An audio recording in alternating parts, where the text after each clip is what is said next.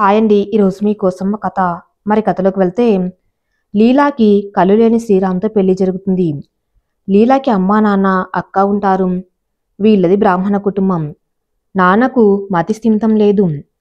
అమ్మకి తన భర్త అంటే పిల్లల కన్నా ఎక్కువ ఇష్టం. అందుకే వాళ్ళ భర్తని తనే దగ్గరుండి చూసుకుంటుంది. అక్కకు పెళ్ళైపోయింది. శ్రీరామ్ లీల నాన్నకు చెల్లెలు కొడుకు. తన చిన్నప్పుడు అమెరికా వెళ్ళిపోయి అక్కడే చదువుకున్నాడు. వారం క్రితం శ్రీరామ్ ఇండియాకి తిరిగి వస్తుండగా యాక్సిడెంట్ అయ్యి తన 2 కళ్ళు పోయాయి అని శ్రీరామ్ తల్లిదండ్రులు చెప్పారు. చాలా మంచివాడని చెప్పి అమ్మాయిని ఒప్పించి పెళ్లి చేస్తారు. నిజానికి వీడు మంచివాళ్ళ నటించే రాక్షసుడు. ఈ విషయం వీడమ్మకు తెలియదు. అమ్మ అంటే వీడికి చాలా ఇష్టం. అందుకే అమ్మ కోసం ఈ పెళ్లి కోపుకున్నాడు. కానీ వీడి నాన్నకు తెలుసు వీడు ఒక విధవాని. ఈ విషయం తన భార్యకి చెప్పుకోలేడు అని వీడి ధైర్యం. లీలా వాళ్ళమ్మ ఇదే మొదటిసారి వాడిని చూడ్డం. పెళ్ళైన తర్వాత మొదటి రాత్రి. శ్రీరామ్ విధవ కదా భార్యతో ఇలా అంటాడు. నా కళ్ళు వచ్చిన తర్వాతే నేను నిన్ను అనుభవిస్తాను అంటాడు. లీలా ఆశ్చర్యపోతూ ఏంటి సడన్గా ఇలా మాట్లాడుతున్నారు అంటుందా మాయకంగా. నీకు పెళ్లికి ముందే లవ్ అఫేర్ ఉంది కదా అంటాడు శ్రీరాము. ఇది నేను మీకు ముందే చెప్పాను కదా అంటుంది లీలా. మా నాతో పెళ్లికెందుకు సిద్ధమయ్యావు? వాడి మీద మోసు తీరిపోయిందా అంటాడు శ్రీరాము. నువ్వు చాలా మంచివాడు అనుకున్నాను.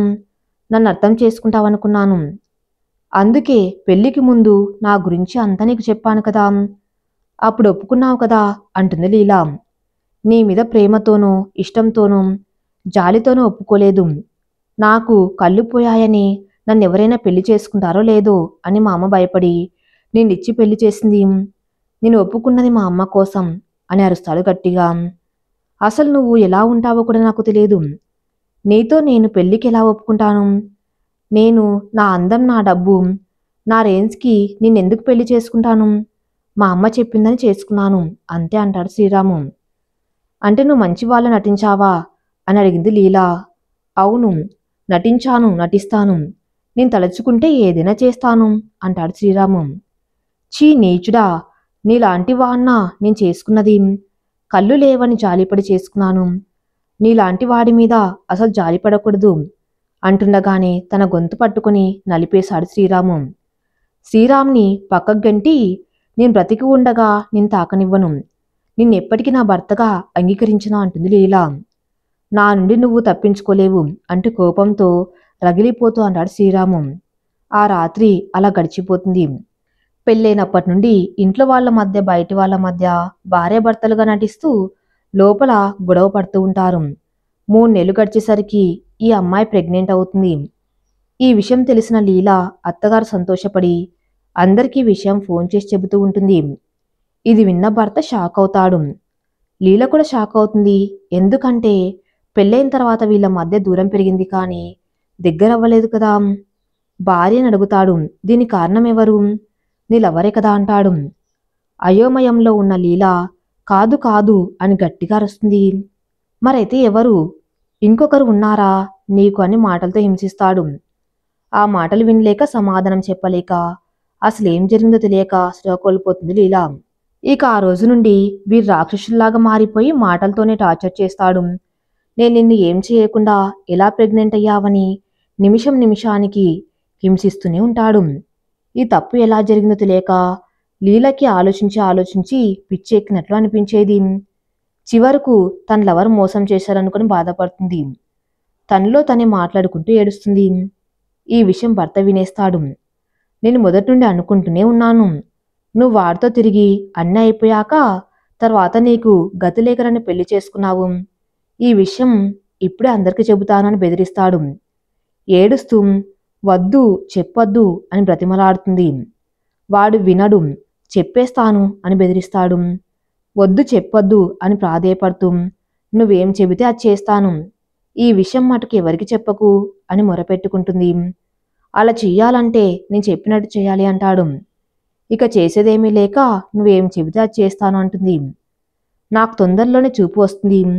దానం చేసేవాడి కోసం వెతుకుతున్నాను. అయితే నాకు చూపు వచ్చేసరికి నువ్వు నా జీవితంలో ఉండకూడదు. నిన్ను అనుభవిద్దాం అనుకున్నాను కానీ సెకండ్ హ్యాండ్ కారు కూడా వాడని నాకు. నువ్వు భార్యగా ఉండడానికి సరిపోవు. వేరొకడు ఎంగిలి చేసిన పండు నాకు అక్కర్లేదు.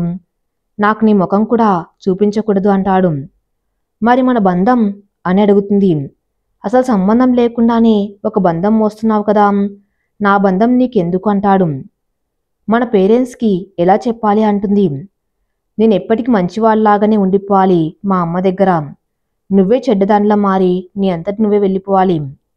నాకు చూపు వచ్చాక నా లైఫ్ నా ఇష్టం, అందులో నువ్వు ఉండడానికి వీల్లేదని గట్టిగా అరుస్తూ చెప్తాడు.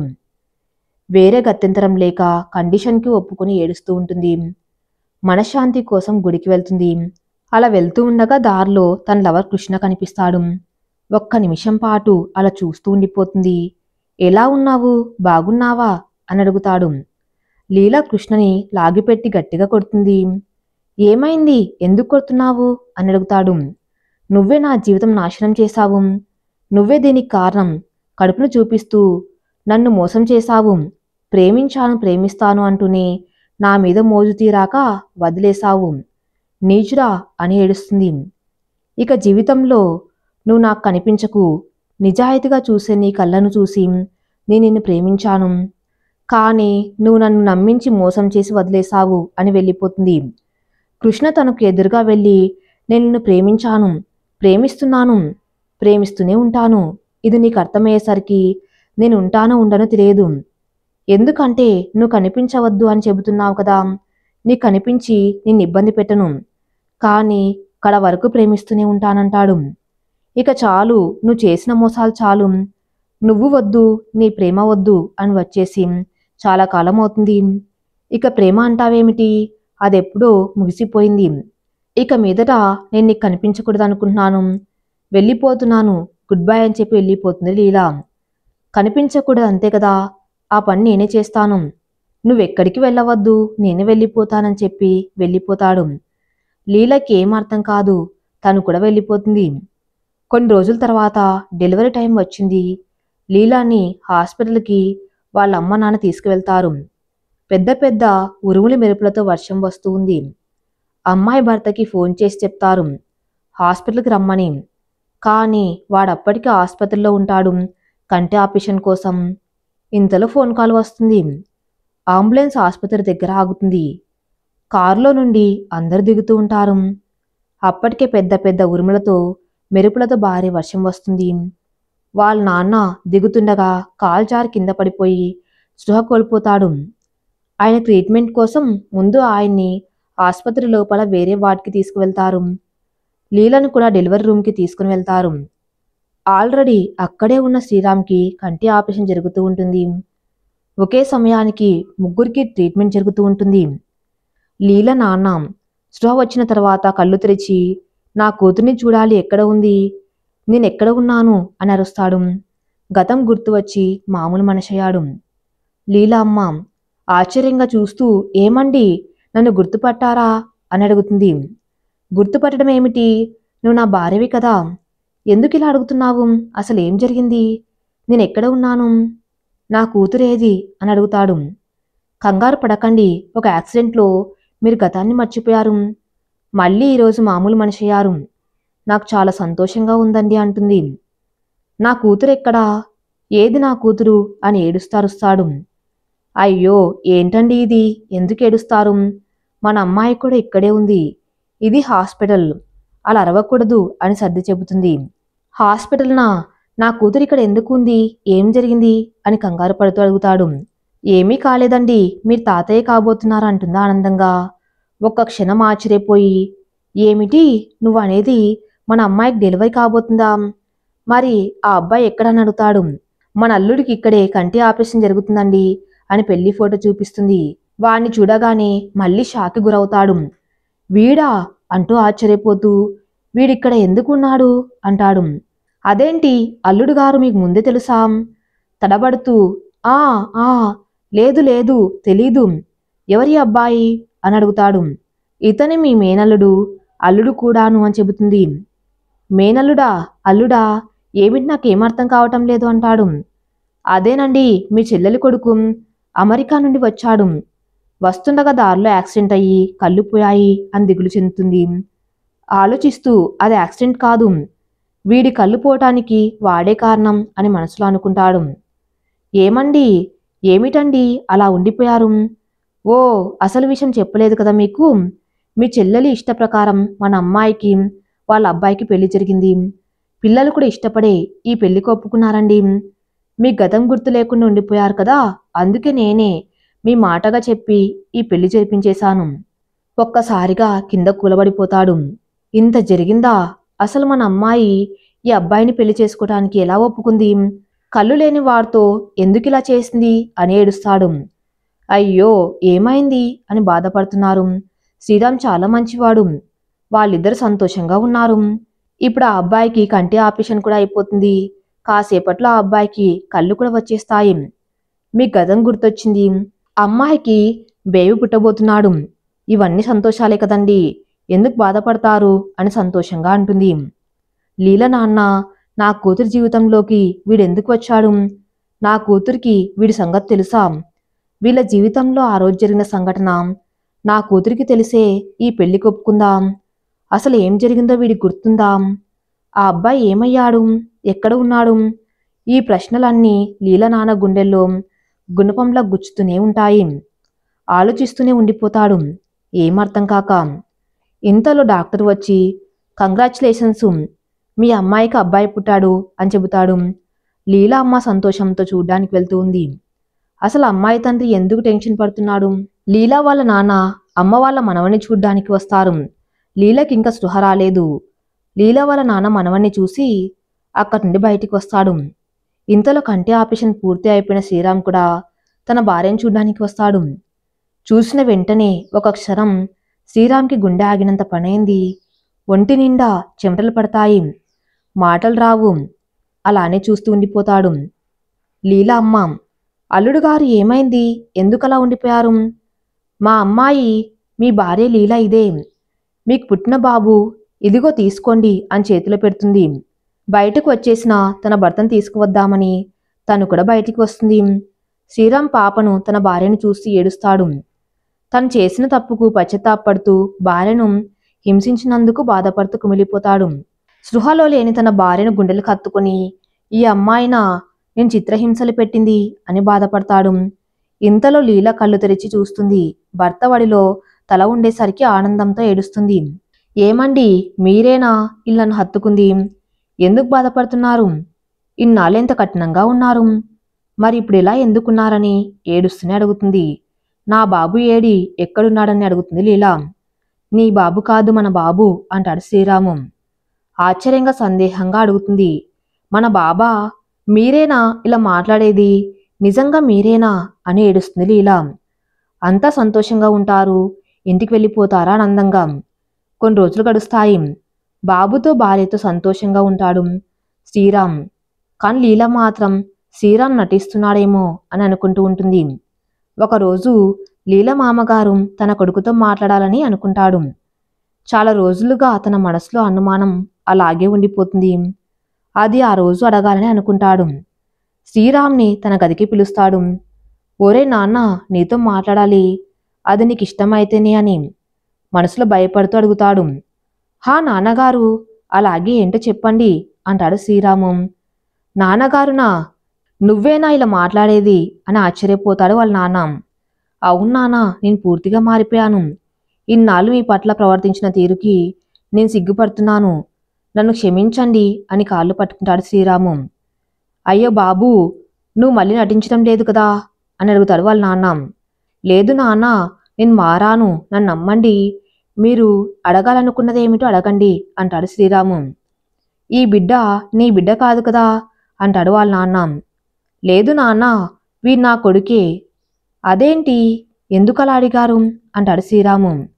నిజం చెప్పు, మీ పెళ్ళైన తర్వాత నీ భార్య ప్రెగ్నెంట్ అని తెలియగానే నీలో కలిగిన సందేహం, కోపం నేను చూశాను. అలాగే ఆ అమ్మాయిని కూడా చూశాను. సంతోషించవలసిన సమయంలో కంగారు పడింది. ఆ రోజు నుండి నేను మిమ్మల్ని గమనిస్తూనే ఉన్నాను. ఆ రోజు మీరు మాట్లాడుకున్నదంతా నేను విన్నాను. నువ్వు పెట్టిన కండిషన్ కూడా విన్నాను. అసలు ఏం జరిగింది?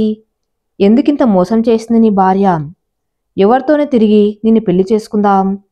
మోసం చేస్తుంది నువ్వే అనుకున్నాను, కానీ మనందరినీ మోసం చేసే ఈ పెళ్లికి ఒప్పుకుందాం. ఇలాంటి క్యారెక్టర్ లేని అమ్మాయితో నీకు సంబంధం ఎందుకు? విడాకులిచ్చా అంటాడు వాళ్ళ నాన్న. నాన్న అంటూ అరుస్తాడు కోపంగా శ్రీరాము. ఏరా, నేనేం తప్పుగా మాట్లాడలేదు కదా. నీతో సంబంధం లేకుండా బిడ్డను కని సంతోషంగా సిగ్గు లేకుండా ఎవరికీ తెలియని ధైర్యంగా తిరుగుతున్న నీ భార్యకి లేని బాధ నీకెందుకు? అసలు దానికి మనస్సాక్షి ఉందా? ఇంత జరిగితే ఒక్క మాట కూడా చెప్పకుండా మోసం చేసి పెళ్లి కొప్పుకుందాం. ఎంత ధైర్యం దానికి అని కోపంగా అడుగుతాడు కొడుకుని. ఇక ఆపండి నాన్న, జరిగింది తెలుసుకోకుండా మాట్లాడకండి. నా భార్య గురించి ఏం తెలుసని మాట్లాడుతున్నారు? తన మీద అనవసరంగా నిందలు వేయకండి. నా భార్యే కాదు, నేనే మోసగాన్ని. నేనే తన్ను మోసం చేశాను. ఇప్పుడు కూడా మోసం చేస్తూనే ఉన్నాను. నా పాపానికి పశ్చాత్తాపం లేదు నాన్న. సమయం వచ్చినప్పుడు మీకన్నీ తెలుస్తాయి. దయచేసి అప్పటి వరకు ఓపిగ్గా ఉండండి. గదిలో కేకలు వినపడి దగ్గరకు వచ్చిన లీల మొత్తం వింటుంది. ఒక్కసారిగా తనకి మైకం కమ్ముతుంది. ఏంటిది అసలు? ఏం జరిగింది? ఏం జరిగింది? మామయ్య గారికి నిజం తెలిసిపోయిందని ఈ బిడ్డని తన బిడ్డగా ఒప్పుకోటానికి ఇదంతా చెబుతున్నాడా? నా భర్త నిజంగా మారిపోయాడా? ఇంతకు ముందు నా జీవితంలో తను ఉన్నట్లు ఎందుకు చెబుతున్నాడు? కానీ అదెలా సాధ్యం? నేను పెళ్లికి ముందు ఇతన్నెప్పుడూ చూడలేదు. శ్రీరామ్ చెప్పేవి నిజాలేనా? అసలు ఏం జరిగిందో ఎలా తెలుసుకోవటం అని తన మనసులో తాను ఆలోచించుకుంటూ ఉండిపోతుంది. ఇంతలో కూతుర్ని చూడ్డానికి లీల వాళ్ళ నాన్న వస్తాడు. లీలకి చాలా బాధ వచ్చేస్తుంది వాళ్ళ నాన్నని చూసి. ఒక్కసారిగా ఏడ్చేస్తుంది. ఏమిటమ్మా, ఎందుకు ఏడుస్తున్నావు, ఏమైంది అని అనగానే మాట్లాడుకుంటున్న శ్రీరాము వాళ్ళ నాన్న బయటికి వస్తారు. ఎవరికి ఏమీ తెలియనట్టుగా ఉండిపోతారు. లీల వాళ్ళ నాన్న తన కూతుర్ని తన మనవణ్ణి కొన్ని రోజులు మా ఇంటికి తీసుకువెళ్ళడానికి వచ్చానని అంటాడు. సరే మామయ్య, తీసుకువెళ్ళవండి, ఎన్ని రోజులైనా ఉంచుకోండి అంటాడు శ్రీరాము. సరే అల్లుడు గారు అని అమ్మాయిని మనవణ్ణి వాళ్ళ ఇంటికి తీసుకువెళ్తాడు. ఇంటికి వెళ్ళాక నాన్న మీతో కొంచెం మాట్లాడాలి అంటుంది లీలా. ఏమిటో చెప్పమ్మా అంటాడు వాళ్ళ నాన్న. ఎంత చిన్న కష్టం వచ్చినా కనిపెట్టినన్ను ఓదార్చేవారు అంతలా ఏడుస్తూ మీ దగ్గరికి వస్తే ఏమడగాలని అనిపించలేదా నాన్న? ఏమైందిరా ఇప్పుడు? ఏం జరిగిందని అలా మాట్లాడుతున్నావు? నన్ను చూసి బాధ వచ్చిందేమో అనుకున్నాను. అంతకు మించి ఏ కష్టం ఉందని ఇలా మాట్లాడుతున్నావు? ఒక కష్టం కాదు నాన్న, ఎన్నో కష్టాలున్నాయి. మీతో ఎప్పుడు చెప్పాలా అని అనుకున్నాను. సరిగ్గా మీరు వచ్చి నన్ను తీసుకువచ్చారు. నా కష్టం తెలిసే మీరు వచ్చారనుకున్నాను నాన్న. మీరు మారిపోయారు నాన్న అంది దిగులుగా. అదేం లేదమ్మా, ఈ మధ్య ఒంట్లు బాగోలేదు కదా, ఆ ప్రభావం ఇలా ఉంది. అంతేగాని నీ మీద ప్రేమ తగ్గలేదు. నేను మారిపోలేదు. అయినా ఇప్పుడు ఎందుకు ఇవన్నీ? బాబుని చూసుకుంటూ హాయిగా ఉంటావని తీసుకువస్తే నువ్వేంటమ్మా ఇలా నిరాశగా బాధగా ఉన్నావు? నువ్వేం ఆలోచించకు. నీ భర్తతో కొడుకుతో నువ్వు సుఖంగా సంతోషంగా ఉండాలి. అదే నా కోరిక అని బుజ్జగిస్తూ అంటాడు వాళ్ళ నాన్న. లేదు నాన్న, వాడొక రాక్షసుడు. ఇకపై తనతో నేను ఉండాలనుకోవటం లేదు. మా పెళ్ళైనప్పటి నుండి చాలా జరిగాయి. అసలు నేనంటే తనకి ఇష్టమే లేదు. మంచి వాళ్ళ నటిస్తూ మోసగా నాన్న. నా జీవితం మొత్తం మోసపోతూనే ఉన్నాను. ప్రేమించి ఒకడు మోసం చేశాడు, పెళ్లి చేసుకుని ఒకడు మోసం చేశాడు. మగజాతి అంతా ఇంతే. అలాంటి వాడితో కలిసి ఉండాలని ఎలా చెబుతున్నారు నాన్న? విడిపోవడానికి వాడొక కారణమైతే నా తప్పు కూడా ఉంది. అందుకే మేము విడిపోవాలనుకుంటున్నాం. అసలు ఈ కండిషన్ పెట్టింది అతను నాన్న. ఎందుకంటే ఈ బాబు తన బాబు కాదు. నేను ప్రేమించిన వాడు నాకు తెలియకుండా నన్ను మోసం చేశాడు. ఈ విషయం పెళ్లి అయిన తర్వాత తెలిసింది. ముందే తెలిస్తే ఈ పెళ్లికి ఒప్పుకునేదాన్నే కాదు. ప్రేమ అనే మాట ఇక నా జీవితంలో లేదు. ఈ బాబుతో ఇలాగే ఉండిపోతాను నాన్న. వాడితో చాలా టార్చర్ అనుభవించాను, అయినా భరించాను. ఎందుకంటే నా తప్పు కూడా ఉంది కాబట్టి. కానీ అది నా ప్రమేయం లేకుండానే జరిగిందని చెప్పినా అర్థం చేసుకోలేదు. తనకి చూపు వచ్చాక తన జీవితంలో నేను ఉండకూడదు అన్నాడు. కానీ అతనే మళ్ళీ ప్రేమగా నటిస్తూ ఇంకా కలిసే ఉన్నాడు. కానీ నేను ఉండాలనుకోవటం లేదు. తనతో ఈ బంధం తెంచుకోవాలనుకుంటున్నాను నాన్న. వాడు నా జీవితంలోకి రాకుండా ఉన్నా బాగుండేది. ఇదంతా జరిగేది కాదు. మిమ్మల్ని బాధ పెట్టాలని ఇవన్నీ చెప్పటం లేదు. వాడితో బాధల్ని అనుభవించలేక వద్దంటున్నాను. ఇక నేను వాడితో కలిసి ఉండను అని ఏడుస్తూ అంటుంది లీలా. ఏం మాట్లాడుతున్నావు లీలా నువ్వు అంటాడు అరుస్తూ. అసలు నీకు అతని గురించి ఏం తెలుసని ఇలా మాట్లాడుతున్నావు? నిన్ను మోసం చేశాడా లేదా మనసుతో చూశాడా? ఒకప్పుడు రాక్షసుల్లా ఉన్నాడు, కరెక్టే, కానీ ఇప్పుడు రాముల్లా మారాడు. నువ్వంటే ఇష్టం లేదంటున్నావు, అది ఒకప్పుడు. కానీ ఎప్పుడైతే తన కళ్ళు తెరిచి నిన్ను చూశాడో అప్పుడే నిన్ను తన మనసులో చెరగని ముద్రలా నిన్ను నిలుపుకున్నాడు.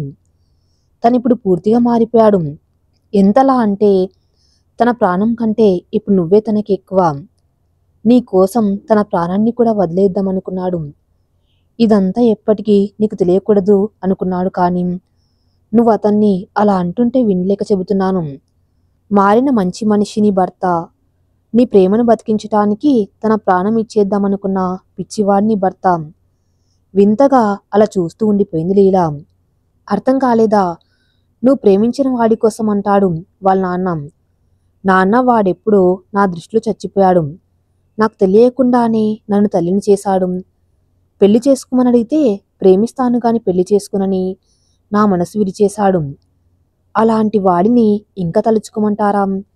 నా జీవితం ఇలా అయిపోవటానికి కారణం వాడు కాదా? ఇక చాలు ఆపు లీలా. నీ దృష్టిలో చచ్చిపోయాడా? నిన్ను తల్లిని చేశాడా? కాదు కాదు అని గట్టిగా అరుస్తాడు. అసలు ఆ రోజు ఏం జరిగిందో తెలుసా నీకు? అసలు నీ భర్త నీ జీవితంలో పెళ్లికి ముందే ఉన్నాడని నీకు తెలియదు. నాకు తెలుసు. నీ బిడ్డకు తండ్రి నీ భర్తే అని నీకు తెలుసా? నాకు తెలుసు. నాన్న, ఏం మాట్లాడుతున్నారు మీరు? నిజం నిజం మాట్లాడుతున్నాను. ఏంటి, నిన్ను ప్రేమించి మోసం చేశాడా? ఎప్పటి ప్రేమిస్తూనే ఉంటాను అండం తప్ప అర్థం చేసుకోలేని వారితో ప్రేమ ఉండదు. నిస్వార్థమైన ప్రేమలో నిజాయితీ ఉంటుంది. ప్రేమిస్తే మర్చిపోవటం అంటూ జరగదు. మర్చిపోయే వారిలో ప్రేమ కనపడదు. ప్రేమించాను అంటున్నావు, ఏమిచ్చావు నువ్వు వాడికి? కనీసం సరిగా ప్రేమను అందించగలిగావా? వాడి మాటలను అర్థం చేసుకోగలిగావా? అసలు వాడి మాట విన్నావా? లేదు. పెళ్లి చేసుకోలేదని ప్రేమ లేదన్నావు. వాడి ప్రేమలో ఏం చూసావు నువ్వు? ఏం అర్థం చేసుకున్నావు అసలు? అసలు నీది ప్రేమేనా, వాడిది అసలైన ప్రేమ అని బాధగా కోపంగా అంటూ కూతురు వైపు తిరిగి చూస్తాడు. ఇంతలో ఎవరో వచ్చిన శబ్దం వినపడి లీలా వాళ్ళ నాన్న ఎవరది అని అడుగుతారు. వచ్చింది లీల మామగారు. నాన్న కూతురిద్దరూ ఆశ్చర్యంలో ఉండిపోతారు. ఈయన వచ్చారేంటి, మనం మాట్లాడుకున్నదంతా విన్నారా అని తమలో తామే అనుకుంటూ ఉండిపోతారు. ఇంతలో ఏంటి మీరిద్దరు అలా ఉండిపోయారు? రాకూడని సమయంలో వచ్చి వినకూడని మాటలు ఏమైనా విన్నానని బాధపడుతున్నారా అని అడుగుతాడు లీలమామగారు. అబ్బే, అదేం లేదు బావగారు. ఇప్పుడే మీ ఇంటి నుంచి వచ్చాం కదా, ఇంతలోనే మీరు వచ్చారేంటా అని సందేహం కలిగింది అంతే. అంతే కదా అమ్మా అంటాడు కూతురుతో. అవును మామయ్య, మీరు వెంటనే రావటం ఆశ్చర్యంగా అనిపించింది అంతే అంటుంది లీలా. లీల నాన్న, ఇంతకి మీరు ఎందుకొచ్చారు బావగారు? లీల మామయ్య, మిమ్మల్ని అడగవలసిన ప్రశ్నలు చాలానే ఉన్నాయి. ఆ రహస్య సమాధానాలు తెలుసుకుందామని వచ్చాను.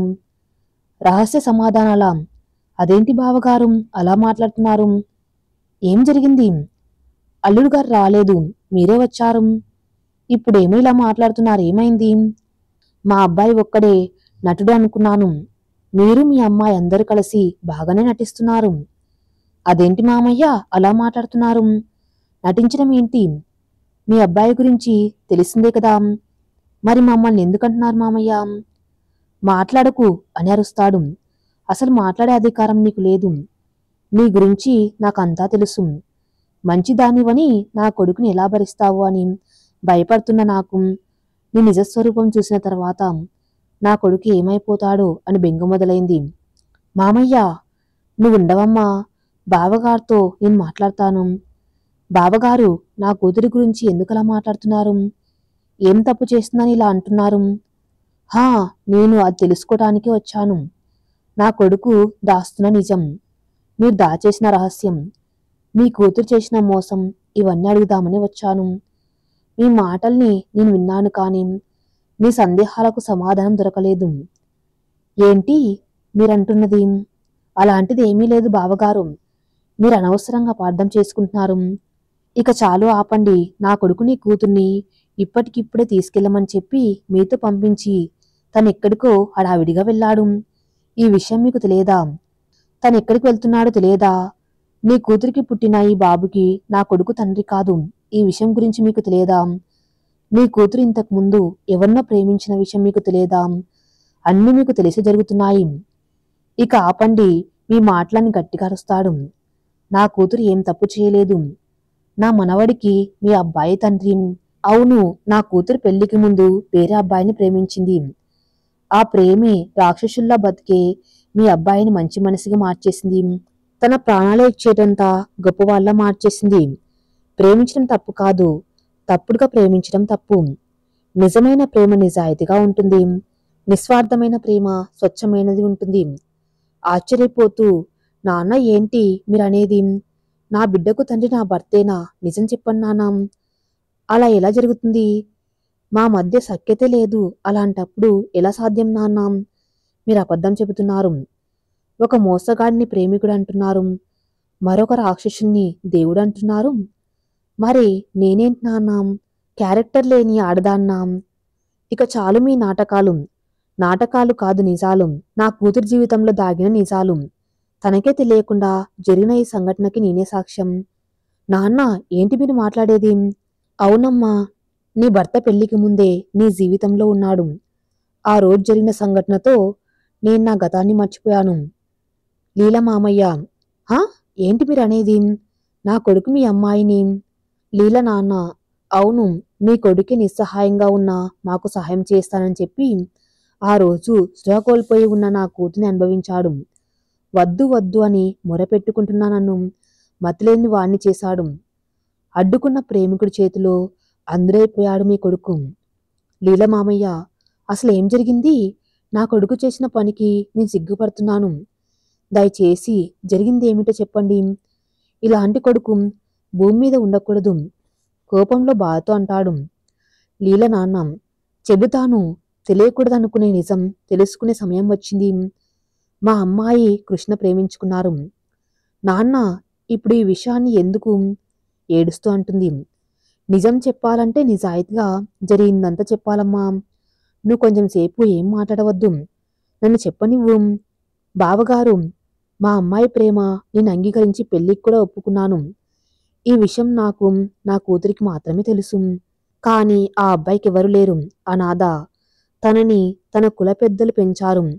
వాళ్ళది వేరే కులమైనందువల్ల వాళ్ళు ఈ ప్రేమను అంగీకరించలేదు. కానీ కృష్ణ తనకి కులాలు మతాల మీద నమ్మకం లేదని మీ అమ్మాయితోనే నా జీవితం అని చెప్పాడు. ఈ విషయం లీలాతో చెప్పొద్దని చెబితే నన్ను ఏమైనా చేస్తారని భయం తనలో కలుగుతుందని అన్నాడు. నేను కూడా నా కూతురుతో చెప్పలేదు. మా అమ్మాయి భరతనాట్యం చేస్తుంది కదా. ఒకరోజు నాట్య ప్రదర్శన కోసం కృష్ణ ఉండే ఊరికి వెళ్ళవలసి వచ్చింది. ఈ విషయం అబ్బాయికి చెప్పాను. అయితే వద్దన్నాడు, రావద్దన్నాడు. కానీ మా అమ్మాయి వెళ్ళవలసిందేనని పట్టుబట్టి తీసుకువెళ్ళింది. కానీ నాకు భయంగానే ఉంది. వెళ్ళాం, నాట్య ప్రదర్శన అయిపోయింది. తిరిగి మా ఊరికి బయలుదేరాం. ట్రైన్స్ కోసం చూస్తున్నాం. మాతో మాట్లాడడానికి రావాలని లీలా కృష్ణని అడిగింది. మా కుల పెద్దలు చూస్తారని తను చెప్పాడు. అలానే వెళ్ళిపోయి ఉంటే బాగుండేది. ఇంత దూరం వచ్చాం, కనీసం ఒక్క మాట్లాడడానికి కూడా రావా అని లీల పట్టుబట్టింది. కృష్ణ లీల మాట కాదని లెక్క వచ్చాడు. నాకెవరైనా చూస్తారేమో అని భయంగానే ఉంది. కానీ ఈ విషయం నా కూతురికి తెలియదు కదా. ఈలోపు ఆ అబ్బాయి వచ్చాడు. తన వెనకే వాళ్ళ కుల పెద్దలు కూడా వచ్చారు. కొంచెం దూరంగా ఉండి చూస్తున్నారు. ఆ విషయం మేము గమనించుకోలేదు. నేను వెనక్కి తిరిగి చూసేసరికి వాళ్ళు దాడి చేయడానికి వస్తున్నారు. వాళ్ళు విరిసిన కర్ర లీలకు తగలడంతో తను స్పృహ కోల్పోయింది. తప్పించుకునే ప్రయత్నంలో చిమ్మ చీకట్లో రోడ్డు పక్కన ఉన్న ఒక చెట్టు వెనకాల దాక్కున్నాం. మేము కనపడక వాళ్ళు వెళ్ళిపోయారు. లీల కళ్ళు తెరవటం లేదు. తనకి ఏమైందో వెంటనే ఆసుపత్రికి తీసుకుని వెళ్ళాలి అంకుల్ అని తను ఏడుస్తూ అన్న మాటలు ఇప్పటికీ నాకు గుర్తున్నాయి. ఇంతలో ఒక కారు రోడ్డు మీద వెళ్తూ మమ్మల్ని చూసి ఆగింది. మేము సహాయం అడిగాం. నా కూతుర్ని కాపాడమని అడిగాను. హాస్పిటల్కి తీసుకుని వెళ్ళమని ప్రాధేయపడ్డాము. కంగారు పడకండి, తీసుకువెళ్తాను. మీ కూతురికి ఏమీ కాదు, నేను మీకు సహాయం చేస్తానని చెప్పి కారెక్కమన్నాడు. వాడే నీ కొడుకు శ్రీరామ్. అమెరికా నుండి అప్పుడే వచ్చాడు అని నాకు తెలియదు. తను నమ్మి మేము వెళ్ళాం. గాయాలతో ఉన్న కృష్ణకు మంచినీళ్లు తాగమని ఇచ్చాడు. నీరే అనుకుని తాగిన కృష్ణ మత్తులోకి జారుకున్నాడు. అయ్యో, ఏమి ఇచ్చావు? నీరు కాదది. ఎందుకిలా మత్తులో వెళ్ళిపోయాడు అని నేను గట్టిగా అడిగాను. పక్కనే ఉన్న నన్ను చాచిపెట్టి కొట్టాడు. నేను నిస్సహాయ స్థితిలో వెళ్ళిపోయాను. ఉరుములు మెరుపులతో ఒకటే వర్షం. చాలా భయంకరంగా ఉంది వాతావరణం. ఒకచోట కారు ఆపాడు. చాలా నిర్మానుష్యంగా ఉంది ప్రాంతం. నా కూతుర్ని ఏమి చేయవద్దని బ్రతిమలాడాను. మత్తులోకి వెళ్ళిపోయిన కృష్ణని లేపడానికి ప్రయత్నిస్తున్నారు, కానీ లేవటం లేదు. వాడు లేవడు, ఎందుకంటే వాడు తాగిన నీళ్లలో నిద్ర మాత్రలు కలిపి ఇచ్చాను అని అరుస్తూ చెప్తాడు. అయ్యో, నేను ఏం చేయాలి ఇప్పుడు అని ఏడుస్తూ ఉండిపోయాను. నాకేం చేయాలో అర్థం కాలేదు. నన్ను కృష్ణని కారు నుంచి కిందకు పడేసి మా కళ్ళ ముందే లీలను పాడు చేయటానికి ప్రయత్నిస్తున్నాడు నీ కొడుకు. నేను దగ్గరలోని ఓ కర్ర తీసుకుని గట్టిగా కొట్టాను. వాడు నా మెడ పట్టుకుని పక్కకు గంటేశాడు. దాంతో నా తల పక్కనే ఉన్న పెద్ద బండరాయికి తగలడంతో అక్కడే పడిపోయాను. ఈలోపు నీ కొడుకు లీలాని అనుభవించాడు. ఇదంతా జరుగుతున్నా కానీ నా కూతురు మాత్రం కళ్ళు తెరిచి చూడలేకపోయింది. వర్షంలో తడుస్తూ కింద పడి ఉండటంతో కృష్ణకి మెలకు వచ్చింది. కానీ సరిగ్గా నడవలేకపోతున్నాడు. కళ్ళు మూతపడుతున్నాయి. అయినా శ్రీరామ్ దగ్గరికి వచ్చి తనతో ఘర్షణ పడ్డాడు. ఇద్దరు చాలాసేపు కొట్టుకున్నారు. ఆ గొడవలో మీ అబ్బాయి పక్కనే ఉన్న ముళ్ళ కంపలో పడ్డంతో తన కళ్ళు పోయాయి. అప్పుడే నేను గతం మర్చిపోయాను. ఇన్నాళ్లకు మళ్ళీ గతం గుర్తొచ్చి మీ అందరితో ఇలా ఉన్నాను అని చాలా బాధగా ఏడుస్తూ చెప్పాడు. ఒక్కసారిగా గుండె ఆగినంత పనయి, ఇంత దుర్మార్గుడా నీ కొడుకు మామయ్య అని ఏడుస్తూ అంటుంది లీలా. అమ్మాయి తలపై చెయ్యి వేసి నిమురుతూ బాధపడకు తల్లి. ఆ రోజు జరిగిన సంఘటనతో శ్రీరామ్ కళ్ళుపోయి మంచి జరిగింది. కామంతో కళ్ళు మూసుకుపోయిన ఒక దుర్మార్గుడి కథ ముగిసింది. ఇప్పుడు మాత్రం నిజంగా నీ భర్త శ్రీరామచంద్రుడు. దానికి కారణం వాడికిచ్చిన కళ్ళు. అదెవరిచ్చారనేది అర్థం కావటం లేదు. కళ్ళు వచ్చి నిన్ను మొదటిసారి చూసినప్పుడు తను చాలా కుమిలిపోయాడు. ఒక్కసారిగా శ్రీరామ్లో చాలా మార్పు వచ్చింది. కళ్ళు ఇచ్చింది ఎవరు డాక్టర్లు కూడా చెప్పలేదు. అప్పుడే మిమ్మల్ని అడుగుదామనుకున్నాను, కానీ మీ ఆరోగ్యం ఇంకా కుదుటపడకపోవటంతో అడగలేదు. కానీ ఇప్పుడు చెప్పవలసిన సమయం వచ్చింది, చెప్పండి బావగారు అంటాడు. లీల నాన్న అది అది ఏమో నాకు తెలియదు అంటాడు భయంగా ఆందోళనతో. చెప్పండి నాన్న, ఇంత జరిగినా నేను ధైర్యంగానే ఉన్నాను కదా. ఇంతకన్నా దారుణం ఏమీ ఉండదులే, భయపడకండి, చెప్పండి అంటుంది. అది కాదమ్మా, అది నా జీవితంలో జరిగిన ప్రతిదానికి మీరే సాక్ష్యం కదా నాన్న. ఒకటి చెప్పి రెండో ఎందుకు దాటవేస్తున్నారు చెప్పండి. చెబుతానమ్మా, నీ భర్త కళ్ళు ఇచ్చింది ఎవరో కాదు, నువ్వు ప్రాణంగా ప్రేమించిన కృష్ణ. నాన్న, ఏమిటి మీరనేది? అవునమ్మా, ఆ రోజు హాస్పిటల్లో నీ భర్తని చూసి షాక్ అయిన నేను మళ్ళీ వీడికి చూపు వస్తే ఎంత నష్టం జరుగుతుందో అని వాడి కళ్ళు దానం చేసి వారి దగ్గరికి వెళ్ళి ఎలాగైనా వాడికి చూపు రాకుండా ఆపాలనుకున్నాను. వెళ్ళి చూస్తే అక్కడ ఉన్నది కృష్ణ. తన దగ్గరికి వెళ్ళాను. ఎందుకులా చేస్తున్నావు బాబు? ఈ నీచుడికి నీ కళ్ళు ఇవ్వడమేంటి? బతికుండగానే ఇచ్చేస్తున్నావెందుకు? ఇదంతా ఎందుకు చేస్తున్నావు? నువ్వు ఈ పని చేయవద్దు అని బ్రతిమలాడాను. కానీ నా మాట వినిపించుకోలేదు. ఆపరేషన్ జరిగిపోయింది. నీ భర్తకి కళ్ళు వచ్చాక నీ దగ్గరికి రాలేదమ్మా. నేనే ఆ రోజు శ్రీరామ్ని కృష్ణ దగ్గరికి తీసుకువెళ్ళి చూపించాను. నీ భర్త కృష్ణను చూడగానే మూగబోయాడు. తర్వాత నన్ను చూశాడు. మౌనంగానే ఉండిపోయాడు. గుర్తుపట్టలేదా అని నేను అడిగాను. నేను కోపంలో చాలా తిట్టాను. నీలాంటి నీచుడికి కళ్ళు ఇచ్చి తప్పు చేశాడు కృష్ణ. కానీ నువ్వు 2 నిండు జీవితాలు నాశనం చేసి బ్రతికేస్తున్నావు అని తిడుతుంటే, అంకుల్ ఆగండి, తను తిట్టవద్దు అని కృష్ణ అనేసరికి నీ భర్త శ్రీరామ్ నా కాళ్ల మీద పడి పశ్చాత్తాపంతో ఏడుస్తూ క్షమించమని అడిగాడు. బ్రతికుండగానే మీ కళ్ళు నాకెందుకు దానం చేశారు? ఎందుకు నాకు దారి చూపారు అని అడిగాడు శ్రీరాము. దానికి కృష్ణ చెప్పిన సమాధానం మమ్మల్ని కలచివేస్తుంది. నేను బ్రతికి ఉండడానికి కొద్ది రోజులు మాత్రమే ఉంది. చనిపోయిన ఎవరికో దానం చేసే బదులు నేనే పోగొట్టిన కళ్ళు మళ్ళీ నేనే ఇవ్వాలనుకున్నాను. ఇందులో నా స్వార్థం కూడా ఉంది. నేను చనిపోయినా కూడా నా కళ్ళతో నేను ప్రేమించిన అమ్మాయిని ఎప్పుడు చూస్తూనే ఉండవచ్చు కదా. లీలకి నా కళ్ళు అంటే చాలా ఇష్టం. తను బ్రతికి ఉన్నంత వరకు ఈ కళ్ళు తన్నే చూస్తూ ఉండాలని ఎప్పుడు నాతో అంటూ ఉండేది. మరి నేను ప్రేమించిన నా ప్రాణానికి నేను న్యాయం చేయాలి కదా, అందుకే ఇచ్చేశాను అని చెప్పాడు. ఒక్కసారిగా కుప్పగూలిపోయాడు నీ భర్త శ్రీరామ్. ఏమిటి మీరు అనేది? కొద్ది రోజుల్లో చనిపోవటం ఏమిటి? అసలు ఏం జరిగింది అని అడిగాడు. అప్పుడు శ్రీరామ్ ఇలా చెప్పసాగాడు. నాకు హార్ట్ ప్రాబ్లం ఉంది, ఎక్కువ కాలం బ్రతకనని డాక్టర్ చెప్పారు. ఆ రోజు మీ ముగ్గురిని నేనే ఆసుపత్రికి తీసుకువచ్చాను. అప్పుడు గాయాలతో ఉన్న నాకు ట్రీట్మెంట్ చేసే నేపథ్యంలో నాకు ఈ ప్రాబ్లం ఉందని డాక్టర్ చెప్పారు. అది విన్న నాకు మాటలు రాలేదు. నువ్వు చేసిన పనికి కోపం వచ్చినా ఈ విషయం ముందే తెలిసినందుకు సంతోషించాను. నేను పెళ్లి చేసుకుంటే లీలా జీవితం నాశనం అవుతుందని ఆలోచించి చాలా బాధపడ్డాను. అప్పటి నుంచి లీలని దూరంగా ఉంచసాగాను. ఒకరోజు నా దగ్గరకు వచ్చి పెళ్లి చేసుకుందాం, ఇంట్లో సంబంధాలు చూస్తున్నారని అడిగింది లీలా. అప్పుడు నేను తనతో గొడవపడి నేనంటే గౌరవం పోయేలా చేశాను. తర్వాత తెలిసింది నాశనం చేసిన నువ్వే తనకి జీవితాంతం తోడు ఉండబోతున్నావని. అప్పుడే అనుకున్నాను నా కళ్ళు నీకివ్వాలని. దయచేసి ఇదంతా లీలకు చెప్పవద్దు. తన దృష్టిలో నేనొక మోసగాళ్ళ మిగిలిపోయాను, అలాగే ఉండనివ్వండి. కానీ నా జీవితంలో ఒక చివరి కోరిక ఉంది. నా ప్రాణాన్ని నీ ప్రాణం కంటే ఎక్కువగా చూసుకుంటానని నాకు మాట ఇవ్వు అని అడిగాడు. ప్రేమ కోసం నువ్వు చేసిన ఈ త్యాగాన్ని వృధా కానివ్వను. ఈ క్షణం నుండి నేను నీలా మారి నా భార్యను ప్రేమిస్తాను అని మాట ఇచ్చాడు శ్రీరామ్. నేను మిమ్మల్ని కాపాడుకుంటాను. ఇంత మంచి మనిషి అకారణంగా చనిపోకూడదు. వేరే హాస్పిటల్కి తీసుకుని వెళ్ళి చూపిస్తాను అన్నాడు శ్రీరాము. కాని కృష్ణ ఒప్పుకోలేదు. తన్నిక్కడ వదిలేయమని వేడుకోవటంతో ఆ రోజు అలా వదిలేసి వచ్చాము. కాని కృష్ణని అలా వదిలేయలేదమ్మని భర్త ఒకరోజు ఆసుపత్రికి వడివడిగా వెళ్తూ ఉండగా నేను చూసి ఫాలో అయ్యాను. అక్కడ ఒక డాక్టర్తో మాట్లాడుతున్నాడు. ఏం మాట్లాడుతున్నాడో తెలుసుకోవటానికి నేను వెళ్ళాను. ఆ మాటలు విన్న నాకు ఒక్కసారిగా చెమటలు పట్టాయి. నీ కోసం నీ భర్త కళ్ళు దానం చేసిన నీ ప్రేమకి తన ప్రాణాన్నే ఇచ్చేద్దామనుకున్నాడమ్మా నీ భర్త. నువ్వు ప్రేమించిన అబ్బాయికి తన గుండె ఇవ్వటానికి సిద్ధపడ్డాడు.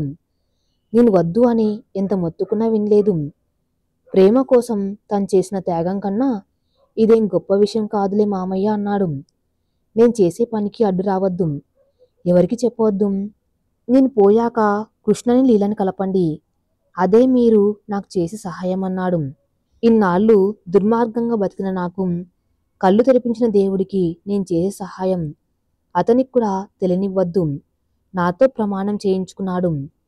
నిన్ను ఇంటికి తీసుకెళ్ళమని నీ భర్తే నాకు చెప్పాడమ్మా ఏడుస్తూ చెబుతాడు. ఈ రోజు తనకు ఆపరేషన్ ఈ పాటికి అయిపోయి ఉంటుంది. వీల్లేదు, నేను వెంటనే ఆయన్ని కలవాలి. ఇదంతా ఆపాలి నాన్న అనరుస్తుంది. నన్ను వెంటనే అక్కడికి తీసుకుని వెళ్ళండి నాన్న అని వేడుకుంటుంది.